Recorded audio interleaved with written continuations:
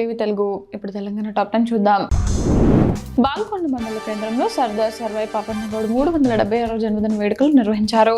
ఈ సందర్భంగా అధ్యక్షుడు లింగగౌడ్ మాట్లాడుతూ సర్దార్ సర్వాయి పాపన్న గౌడ్ పట్టిన కత్తి రాజ్యం కోసం కాదు, ప్రజల హక్కుల కోసమని, చరిత్రను మార్చేది అధికారం కాదు, దయగా నిలిచిన ప్రజలకు సంకల్పమని, హక్కులు అడిగితే ఇవ్వరు, పోరాడి సాధించాలని చెప్పిన వీరుడని తెలిపారు.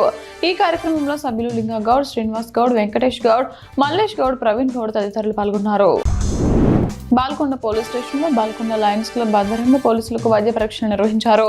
కిసాన్ నగర్ ప్రాథమిక ఆరోగ్య కేంద్రానికి చెందిన వైద్య సిబ్బంది వీరేగౌడ్, రమేష్ బాల్కొండ ముప్కాల్ పోలీస్ స్టేషన్కు చెందిన పోలీసులకు బీపీ, షుగర్, రక్త పరీక్షలు నిర్వహించారు. లయన్స్ క్లబ్ జిల్లా కార్యదర్శి చాకులింగం, అధ్యక్షుడు యాదగిరి గౌడ్, హెడ్ కానిస్టేబుల్ శేఖర్, విఠల్, గణపతి తదితరులు పాల్గొన్నారు. ప్రభుత్వం ఇచ్చిన టోల్ ఫ్రీ నెంబర్ పనిచేయకపోయినా మా జనతా గ్యారేజ్ తలుపులు మీకోసం తెరిచే ఉంటాయి. మీ భూములు నిషేధిత జాబితా నుంచి తొలగించే వరకు బీఆర్ఎస్ పార్టీ మీకు అండగా ఉంటుంది. మీకు ఏ ఇబ్బంది వచ్చినా, ఎవరు మిమ్మల్ని 30% కమిషన్ అడిగినా మీకు అండగా జనతా గ్యారేజ్ మా పార్టీ ఉంటుంది అని హరీష్ రావు అన్నారు. మంత్రి జూపల్లి ముందే బాడుకోవంటూ బూతులు తిప్పుకున్న కాంగ్రెస్ నాయకులు ఉమ్మడి ఆదిలాబాద్ జిల్లా పీఏసీ సమావేశంలో మంత్రి జూపల్లి ముందే గొడవపడ్డ మాజీ market committee chairman Alluri Sanjeev Reddy, జిల్లా నియోజకవర్గ ఇన్ఛార్జ్ కంది శ్రీనివాస్ రెడ్డి సమావేశానికి అల్లూరి సంజీవ్ రెడ్డి ఎలా హాజరవుతారని అడ్డుకున్న కంది శ్రీనివాస్ రెడ్డి వర్గం ఇరువురికి షోకేస్ నోటీసులు జారీ చేసిన హెచ్చరించిన ఏఐసీసీ కార్యదర్శి. తెలంగాణ రక్షణ సేన అధికారంలోకి వస్తే భూలక్ష్మి పథకం కింద భూమి లేని పేదలకు ఎకరం చొప్పున భూమి ఇస్తామని కవిత సంచలన ప్రకటన చేశారు. సీఎం రేవంత్ రెడ్డికి భూమి అంటే కేవలం లావాదేవీలే కావచ్చని, కానీ పేద బీసీ, ఎస్సీ, ఎస్టీ మహిళలకు భూమి, అడవి అంటే పంచ ప్రాణాలని ఆమె అన్నారు. రాష్ట్రం ఏ ప్రాజెక్టు జరిగినా ముందుగా అసైన్డ్ భూములు తీసుకుంటున్నారని మండిపడ్డారు. రేవంత్ రెడ్డి తమ్ముళ్లు భూ దొంగలని, ఆయన రాక్షస పాలన సాగుతుందని ఆరోపించారు. ఒక ఛానల్లో పనిచేసే అశోక్ అనే ఎడిటర్ తాను కష్టపడి సంపాదించిన 40 లక్షల రూపాయలు ఇంటి యజమానికి ఇచ్చి ఇల్లు రిజిస్ట్రేషన్ కోసం పోతే అది 22A ఉందని తేలింది.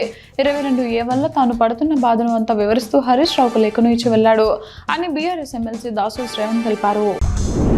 దేవరకొండ ప్రభుత్వ బాలికల జూనియర్ కళాశాలలో కీచక ఉపాధ్యాయుడు, తెలుగు ఉపాధ్యాయుడు భాస్కర్ విద్యార్థినుల పట్ల అసభ్యంగా ప్రవర్తిస్తున్నాడని దేహశుద్ధి చేసిన విద్యార్థులు వెంటనే అతనిపై ప్రభుత్వ చర్యలు తీసుకోవాలని, పోక్సో కేసు నమోదు చేయాలని డిమాండ్ చేస్తూ కళాశాల ఎదుట నిరసన చేపట్టారు. తెలంగాణ రాష్ట్ర వ్యాప్తంగా పాలిటెక్నిక్ విద్యార్థులు ప్రభుత్వం తీసుకొచ్చిన జీవో నెంబర్ 97ను రద్దు చేయాలని డిమాండ్ చేస్తూ ఆందోళన చేపట్టారు. ఈ జీవోతో డిప్లొమా కోర్సులను ఐటీఐ, ఏఐటీసీలతో అనుసంధానం చేయడం వల్ల డిప్లొమా విద్య ప్రాధాన్యత తగ్గిపోతోందని విద్యార్థులు ఆందోళన వ్యక్తం చేశారు.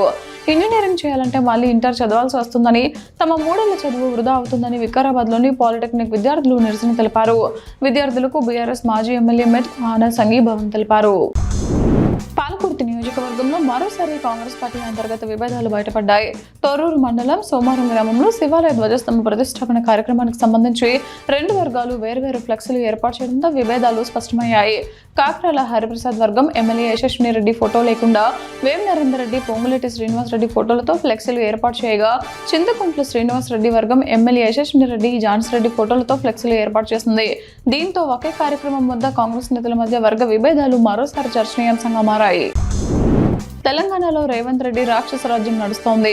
రేవంత్ రెడ్డి 7 అన్నదమ్ములు కలిసి 7 దిక్కుల పేద ప్రజల భూములను గుంజుకుని పెద్దవాళ్లకు అప్పగిస్తున్నారు. తెలంగాణలో రాక్షస పాలన కొనసాగుతోందని విమర్శించారు.